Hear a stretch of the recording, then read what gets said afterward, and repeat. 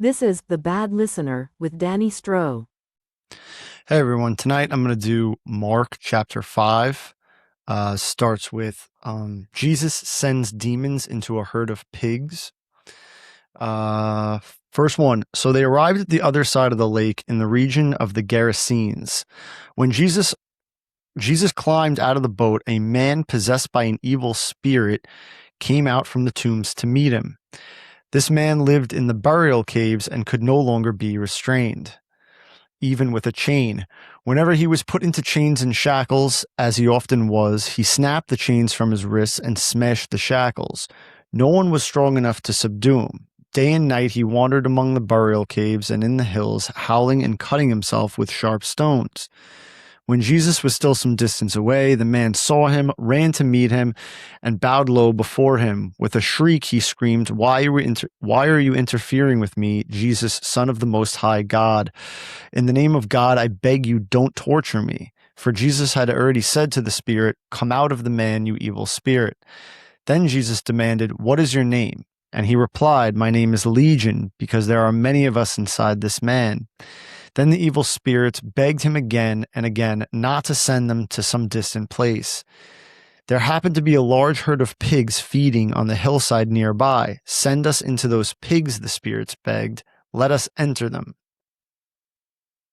So Jesus gave them permission. The evil spirits came out of the man and entered the pigs, and the entire herd of about 2,000 pigs plunged down the steep hillside into the lake and drowned in the water. The herdsmen fled to the nearby town and the surrounding countryside, spreading the news as they ran. People rushed out to see what had happened. A crowd soon gathered around Jesus, and they saw the man who had been possessed by the legion of demons. He was sitting there fully clothed and perfectly sane, and they were all afraid.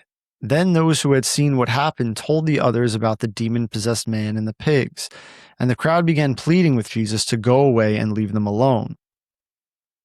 As Jesus was getting into the boat, the man who had been demon-possessed begged to go with him.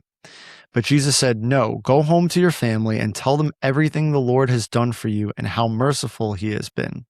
So the man started off to visit the 10 towns of that region and began to proclaim the great things Jesus had done for him.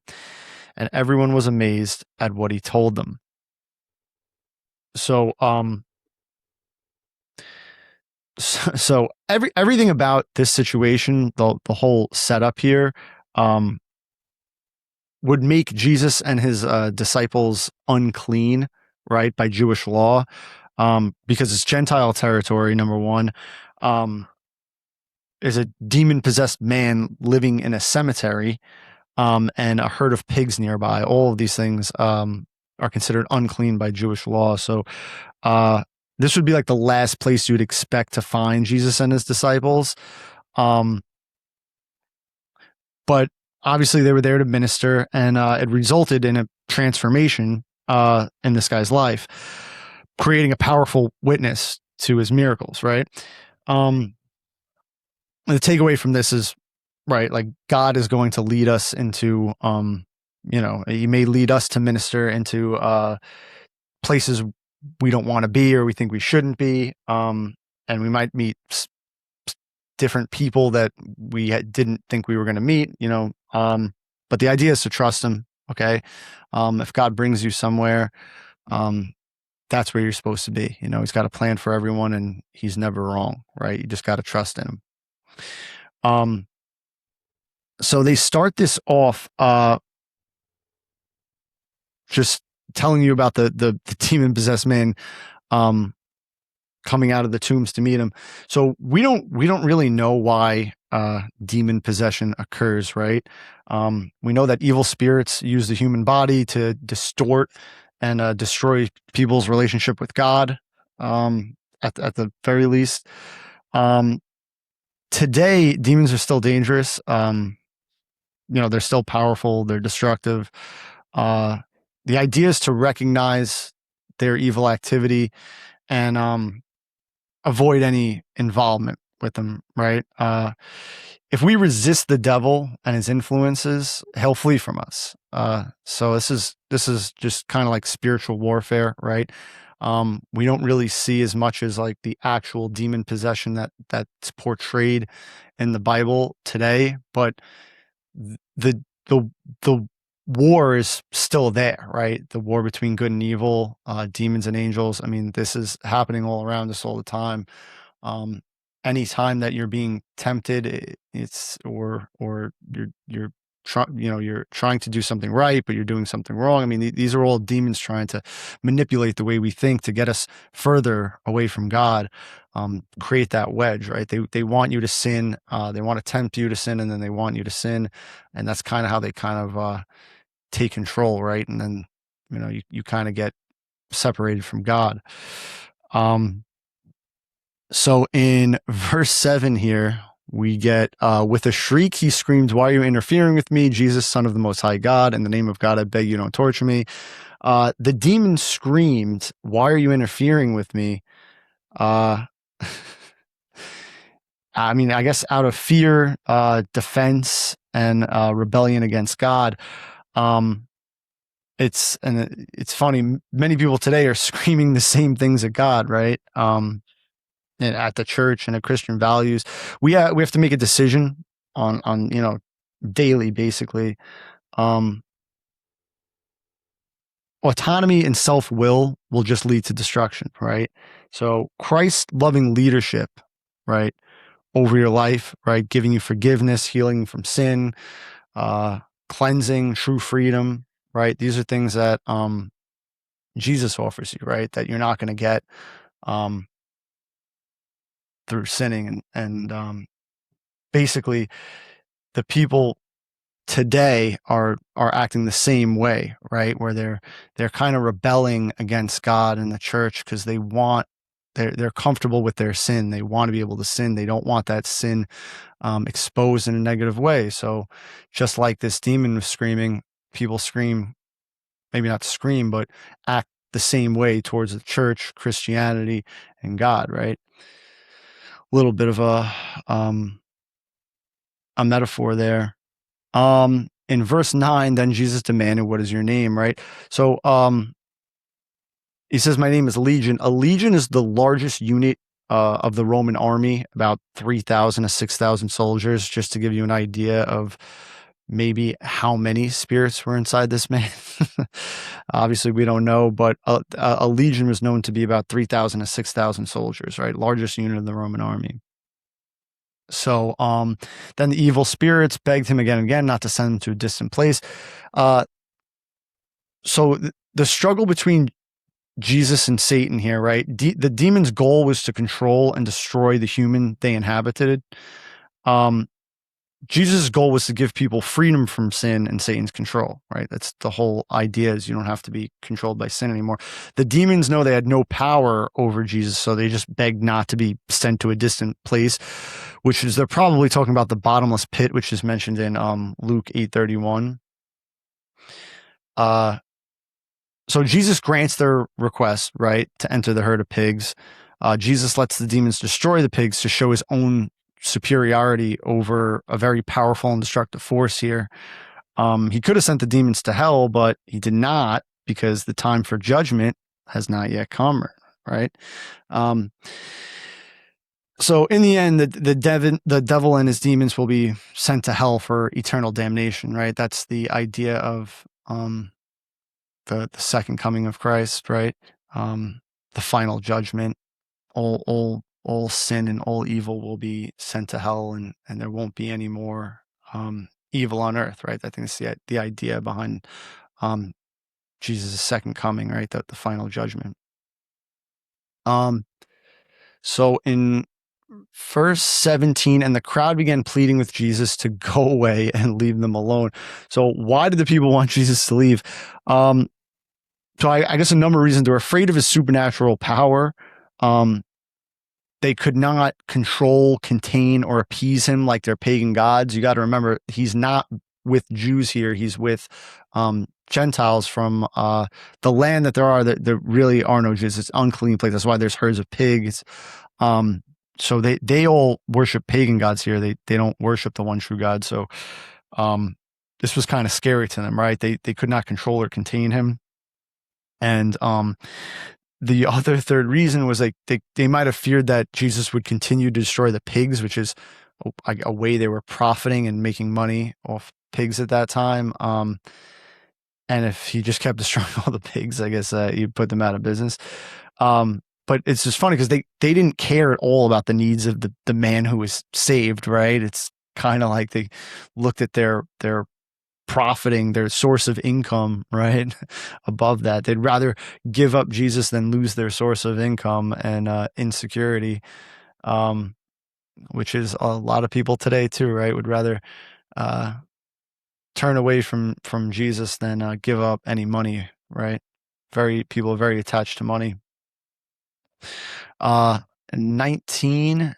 So verse 19, but Jesus said, no, go home to your family and tell them everything the Lord has done for you and how merciful he has been.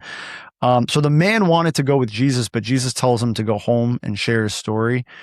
And the idea is everyone should share the story of, Jesus with their family and friends.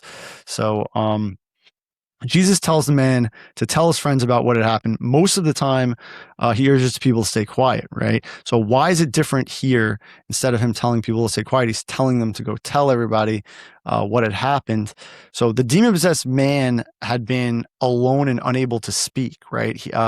He could prove he had been healed, and he would be accepted back into society, be able to find work, reunite with his family. So I guess in order to do all that, he would have had to tell people the story, but it was also a Gentile and pagan area, right? Like we said, so no one would follow him, or crowds wouldn't gather, so he didn't really have to worry about too many people flocking to him as the Messiah, right? And at the same time, there was no religious leaders there to hinder him. A lot of the reason why he tells people to stay quiet about it is because if the religious leaders find out what he's doing and they become involved, obviously he's being planned, his death is being planned, but it's all going to be timed right? So he's got to kind of like navigate through these religious leaders.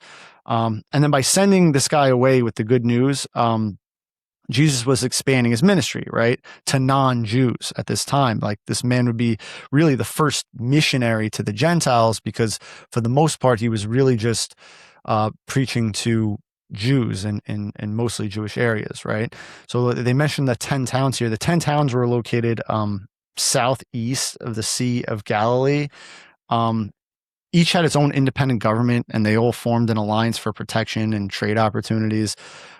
They were settled by Greek traders and immigrants. Jews were a minority here, right? So many people from the 10 towns wound up following Jesus. All right, we'll go into the next story here. Jesus heals a bleeding woman and restores a girl to life. Verse 21, Jesus got into the boat again and went back to the other side of the lake, where a large crowd gathered around him on the shore. Then a leader of the local synagogue, whose name was Jairus, arrived. When he saw Jesus, he fell at his feet, pleading fervently with him. My little daughter is dying, he said. Please come and lay your hands on her, heal her so she can live. Jesus went with him, and all the people followed, crowding around him. A woman in the crowd had suffered for 12 years with constant bleeding.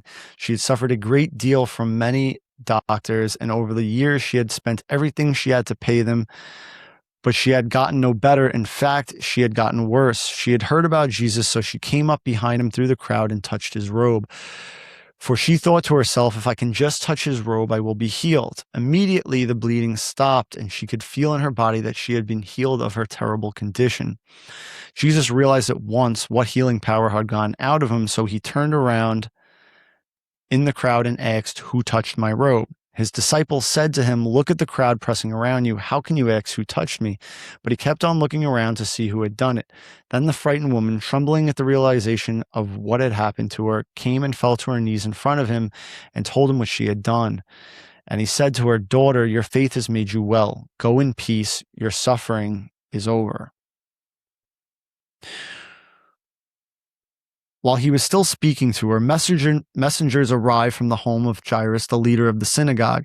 They told him, "Your daughter is dead. There's no use troubling the teacher now." But Jesus overheard them and said to Jairus, "Don't be afraid, just have faith." Then Jesus stopped the crowd and wouldn't let anyone go with him except Peter, James, and John, the brother of James.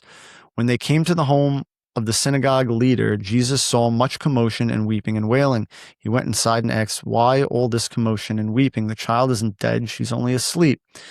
The crowd laughed at him, but he made them all leave, and he took the girl's father and mother and his 3 disciples into the room where the girl was lying. Holding her hand, he said to her, "Talitha koum," which means, "Little girl, get up." And the girl, who was 12 years old, immediately stood up and walked around. They were overwhelmed and totally amazed. Jesus gave them strict orders not to tell anyone what had happened, and then he told them to give her something to eat. All right, so these are 2 amazing stories, very well-known stories from the Gospels. So we'll start here. Jesus lands at Capernaum, right? So Jairus was the leader of the local synagogue. He was probably pressured by Pharisees to not support Jesus. You got to remember, he works with the Pharisees, and the Pharisees are all very against Jesus at this time. So for him to bow before Jesus was a very significant and daring act of respect and worship, where the Pharisees would definitely not have approved of this. So as far as this woman now, right, she has a seemingly incurable condition that caused her to bleed all the time, right? And according to the Jewish law, right, she's unclean all the time, okay? So she's excluded from most social contact with anybody. So in her head, like, she had no other options, right? She exhausted all her options. She's done everything she can to try to get better. But she believed Jesus would heal her. But the problem is, he would be unclean if he touched her, right? And she knows this. So she feels that if she would have asked him, he would have declined because he would be unclean if he touched her, right? So she's trying to figure out a way to get healed, without him knowing, kind of, I guess, or anybody knowing. So this is why she comes up behind him and touches the robe, believing that even if she just touched the robe of the Messiah, she would be healed, right? So relating to us, like, sometimes we feel our problems will keep us from God, right? Just the way, whatever our sin is or whatever our issue is, we think that God wouldn't want to help us because of it. It's kind of, I guess, shame is the part of it, right? But the idea is his love reaches through to us no matter what, right? Like, he loves us no matter what. So it doesn't matter what the issue is. Like, he's always going to listen. He's always going to help, right? He always wants he always wants you to pray to him. He always wants to hear from you, and he always wants to help you. So no matter what the issue is, there's nothing that you can't talk to God about, and there's nothing he won't forgive you for, right? Your sins, he died for your sins are forgiven. And the idea is to, like, just never let your fear keep you from approaching him, right? It can be scary to think of what Jesus would think of us for what we've done, but we have to understand his love for us surpasses any love that you can possibly feel. So it doesn't matter what we've done. He wants to forgive us. He wants to help us. He wants to put us on the right path. So the things that we have to remember, if we do run into some type of issue, that we can always turn to him and he will always be there. We don't ever have to fear talking to him or what he would think of us, right? So the woman touches Jesus's robe, and she's not only healed, but he affirms her faith, right? So, like, this is like one of, again, they beat it to death, but it's great because it shows the importance of faith, right? Everything goes through the importance of faith here. So it is her faith right? Daughter, your faith has made you well. Go in peace. Your suffering is over. It's the fact that she believed if she can just touch him that she would be healed is why she was healed, right? So her faith is affirmed here. She suffered for 12 years before this. And in an instant, Jesus gives her a lifetime of peace, right? I mean, it's a really beautiful story here. So many people are vaguely familiar with Jesus, but nothing in their lives is changed or bettered by being vaguely familiar with him, right? Genuine faith involves action, right? Active faith can release God's healing power. This is what she does. Her active faith of being able to touch him and believe that she'll be healed if she touches him, right? We have to kind of, some people have to kind of move beyond the curiosity stage and reach out to Jesus in faith, right? To get your life changed forever. You know what I mean? Like there's a lot of people who just like borderline Christianity, borderline believing, and they're like, curious about it, but like you have to kind of be all in, because I was in that stage for a long time. Like, I mean, I don't know about a long time, but maybe a couple of years where you're kind of just living a Christian lifestyle, but you're not really giving everything to God. You're not really putting all your faith in him, So you really have to move beyond that stage and just give Jesus everything you've got. You just have to have full faith in him. And that's kind of what this woman does. And she's healed because of it. So then you move on, right, to the story of Jairus, right, and his daughter. So Jairus is in a whole state here. He's confused. He's afraid. He's without hope. And basically Jesus says, don't be afraid, just have faith, right? They get to his house after they were given the news, and there's the loud mourning and crying where these are customary when a person dies, right?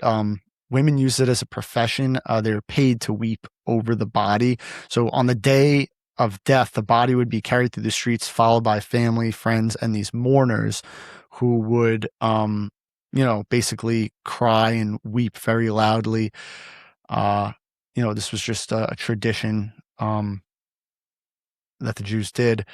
So the mourners, though, Jesus comes in and explains that the girl's just sleeping. The mourners laughed at Jesus, right?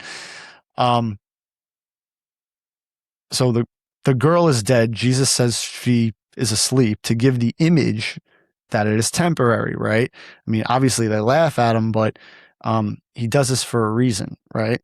So he tolerates the crowd's abuse, right, to teach about maintaining hope. So the idea is he wanted them to have hope. He wanted them to trust in him, right? So it's similar to today, right? Today, most of the world laughs at Christ's claims. And if you're belittled for your belief, you have to remember they don't see it through God's perspective, right? They don't see it through your perspective. They don't see it through God's perspective. So it's, you kind of have to do what Jesus did here and just kind of like let it go. I mean, he didn't argue with these people. He basically told them, listen, the girl's asleep. And then, right, he performs a miracle and shows them. It's the same thing. We kind of just tolerate and just keep on preaching the word, right? Because, you have to try and remember. I mean, it's easy for me to remember. It wasn't that long ago. The perspective of somebody who doesn't believe, I can still remember that perspective. So I completely understand why these people say these things, and we know the way they act and the things they say are wrong, but, we just got to keep on trying, right? So Jesus demonstrates great power and great compassion, right? Jesus' power over the evil spirits, the nature, death, it was motivated by compassion, right?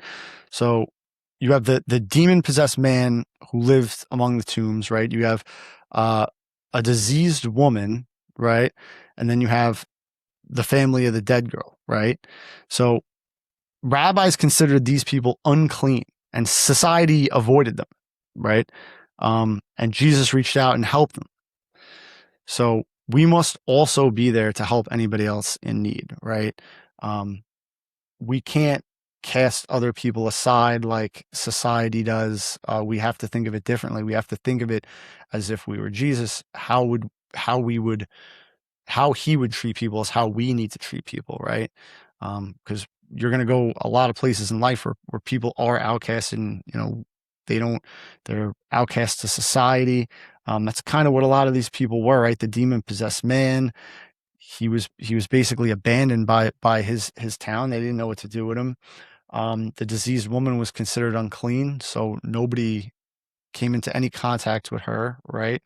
And the family of the dead girl was in a weird position too, right? Jairus was working with the Pharisees. He was not supposed to reach out to Jesus, right? So it's kind of like one of these situations where we have to do what we think Jesus would do in these scenarios. We can't just say, all right, that these people are a lost cause, or we can't help them. You can always try to help them, and Jesus proves this by helping these exact people. So Jesus tells them here, where is it, right? Jesus gave them strict orders not to tell anyone what had happened. He told them not to spread the news. He wanted the facts to speak for themselves, really, right? The girl's alive. Everyone heard everybody say she was dead. Now she's alive. And he really just, I guess, didn't want a major confrontation with the religious leaders, right? Like I was saying before, obviously his plan is to be crucified, killed and crucified, but it's got to be timed out, right, to the way he wants it. So Jesus at this point still had a lot to accomplish, and he didn't want the religious leaders coming after him too much, and he also didn't want people following him around just to see the miracles, right? It's hard to teach when people are just want something from you and they're not really going to listen to what you're saying. They just want the miracle. So a lot of it is him trying to be able to figure out a way to teach the people without just having them want something from him. So this is kind of why he tries to like balance out these miracles with his teaching. He wants people to really learn and understand what he's trying to portray to them, right? Okay, that sums up chapter 5. Yeah, we'll continue with chapter 6 next time. Thanks for listening. Have a blessed night.